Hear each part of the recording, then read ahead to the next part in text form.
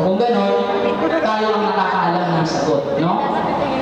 Tulad ng nasabi kanina, bagamat mayroong sa mga ulama ang nagsabing hindi aura ang mukha at ang mga kamay, subalit huwag mo itong palamutian dahil kung ginawa mo yan ay nagiging tawarruj. Yun ang una. Kailangan ay nakatakip sa buong katawan ang damit. At ikalawang shock, lama, kapala damit ng babae, Allah yakun na zina pinapsik.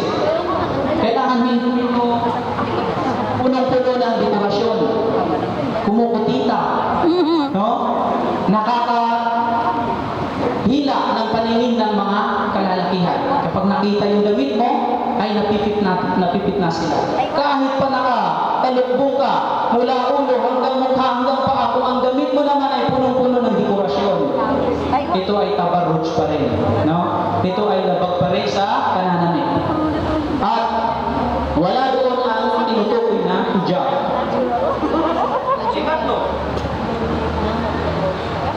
Allah yashif ma tahtahu min al-jism. Yung tatlong kondisyon, kailangan ay hindi nakikita ang panloob mo. O hindi siya manipis na natitinag kung ano yung nasa panloob mo na damit.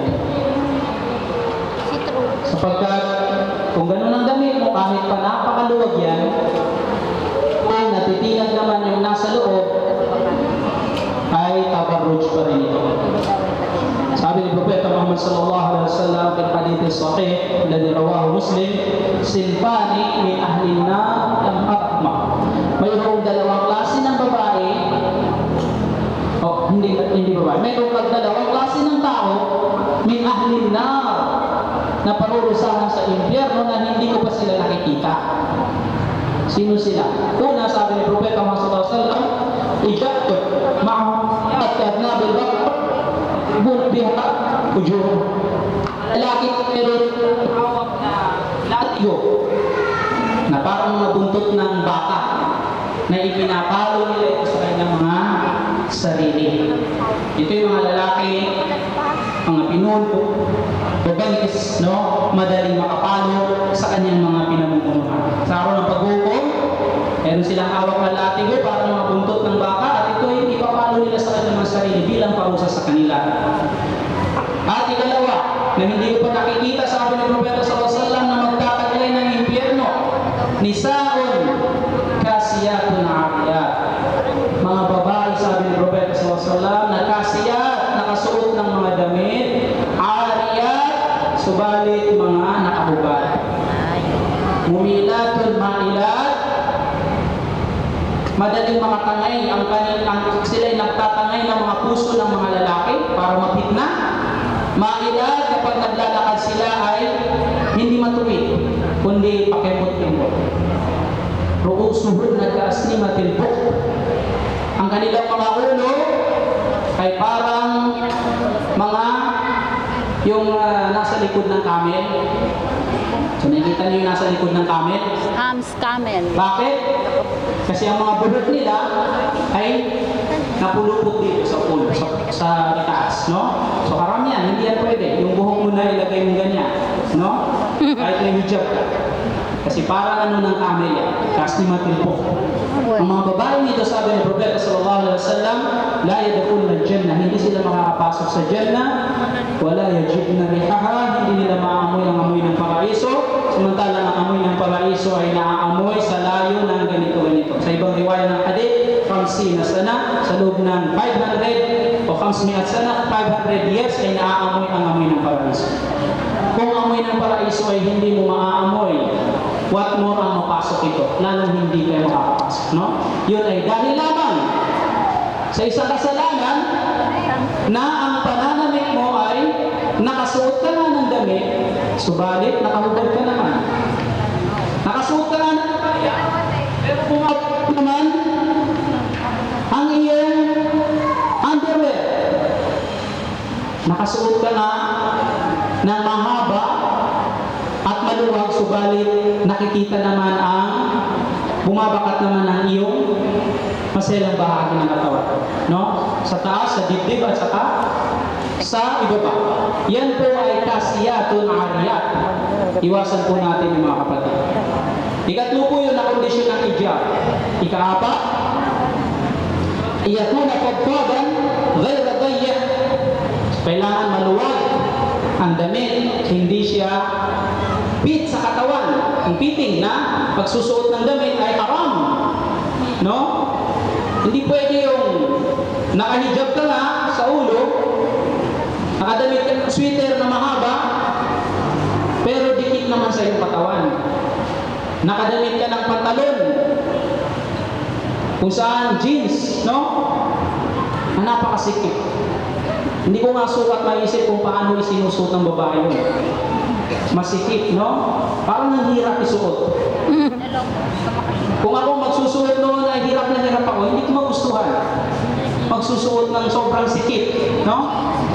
Pero marami tayong nakikita.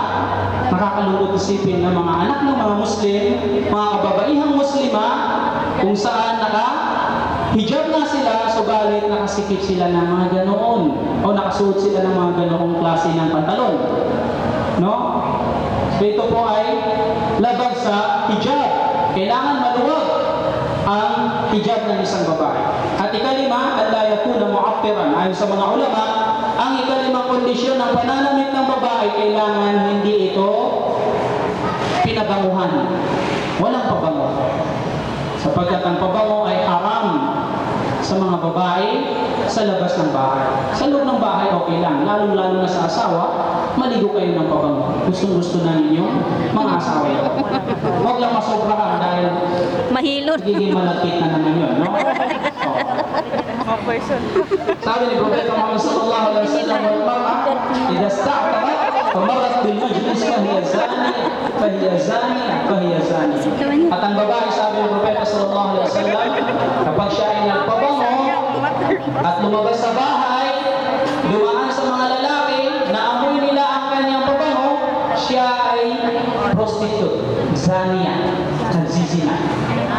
At hindi lang once, kundi 3 beses ay ulit, siya ay zaniya, siya ay zaniya, siya ay zaniya. Ganun katindi. No? Sabihin matinding babala ito, huwag kang magpabango pag lumabas ka sa iyong pamamahay. Ibig sabihin, huwag mong pabanguhan yung damit mo. Kung sa pangilalim, sabi ng mga ulama, walang masama doon. Kagamit ka ng sa kilikili, panlaban sa paputok, walang problema, no? Oh. Pero yung damit mo na ini-sprayan mo ng babango, yun ang problema at yun ang haram. Kabilang sa mga kondisyon ng pananamit. Ikailan na po ito? Ika-6. Alla yakuna fihi tashabbuh birrijal. Sabi ng mga ulama, kailangan ang damit ay hindi siya kagaya ng damit ng mga lalaki. Hindi siya natutulad sa damit ng mga lalaki. O siyempre, kapag nakaabaya ka, walang lalaking nag-aabaya, no? Hindi pwedeng suotin ng lalaki. Pero kapag nakapantalon ka, ang mga lalaki ay nagpapantalon, no? Nagti-t-shirt ka, ang mga lalaki nagti-t-shirt. So ito ay tabarruj. Kailangan ang damit mo ay hindi siya natutulad sa damit ng mga lalaki. At sabi ni Propeta Muhammad sallallahu alaihi wasallam, isinumpa ng Allah ang mga babae na nagsusuot ng damit ng mga lalaki. At isinumpa ng Allah ang mga lalaki na nagsusuot ng damit ng mga babae. At sa ibang riwaya ng hadith ni Propeta sallallahu alaihi wasallam, la'ana Allahu al-mukhannithin min ar-rijal wal mutarajjilat min an-nisa. Sinumpa ng Allah ang mga nagbabai-baihan sa mga lalaki. Sabihin, gumagaya sila sa babae, mga bakla, at isinumpa ng Allah ang naglalaki-lakihan, gumagaya sa mga lalaki ng mga babae. So ang sumpa ay matinding galit ng Allah subhanahu wa ta'ala, malayo sa rahma ng Allah subhanahu wa ta'ala na sino mang sumpa. Ikapito, Allah tushbiha libas at kafirat.